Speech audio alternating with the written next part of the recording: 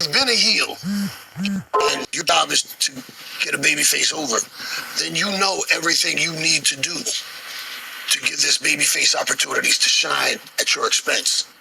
So you know the other person, you know what you have to do for this person's job.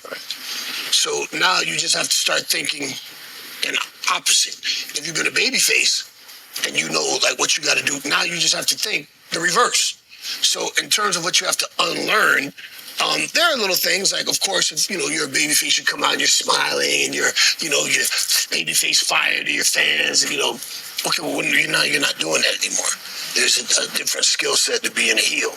Now, instead of smiling, now maybe you've got a contemptuous look on your face, and instead of doing the baby face fire up, now you're mocking people. Or so if you're new and you've always been one thing and you're relatively earlier in your career, then it's a little bit harder to learn or to unlearn certain habits. Like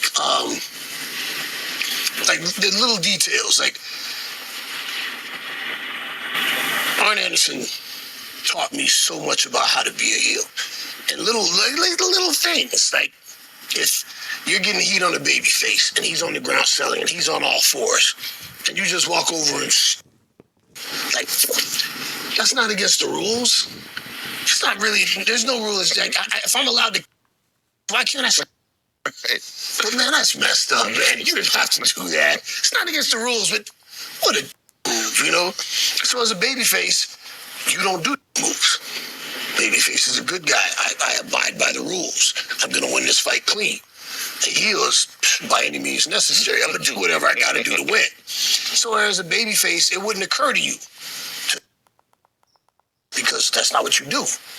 Well, as a heel, you have to learn, don't stomp on his fingers, Right. Don't do that. Don't, but it's instinctively you've been doing it for so long, when the ref isn't, ref's got his back turned. Yeah. Some of that has to be second nature at times, like, no, don't do this. Yeah. But, again, we're talking about pro wrestling. Right. So there's outliers. There's I always like to say in wrestling, in the business of professional wrestling,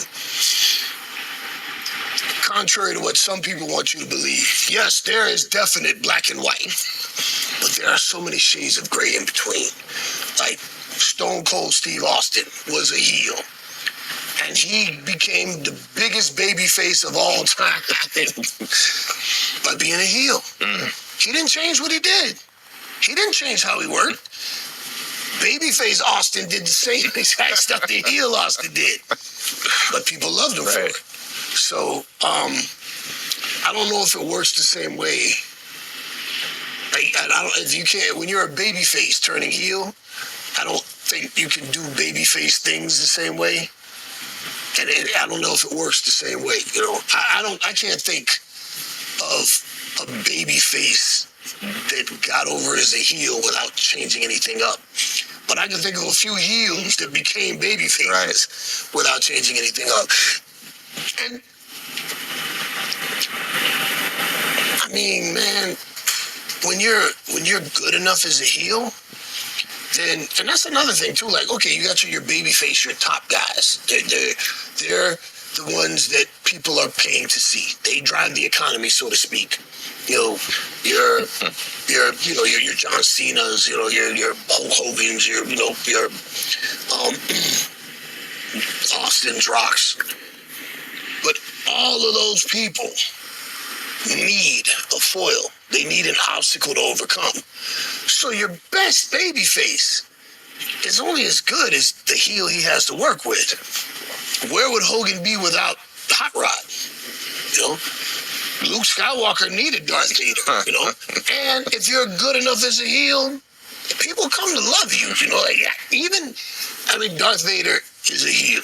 He makes a big turn at the end, big babyface turn at the end, but he's so good at being a bad guy. And I've said this many times, Finlay. I remember when Finlay was a producer, they put him back in the ring to work, and he was such a good heel. It didn't take long before they started cheering him because wrestling fans, for the most part, they understand how it goes, and you have some intelligent wrestling fans, you know, like our show. This is for the intelligent part, not the smart. So, you know, they know, like, man, this guy's so good at being a. Subscribe to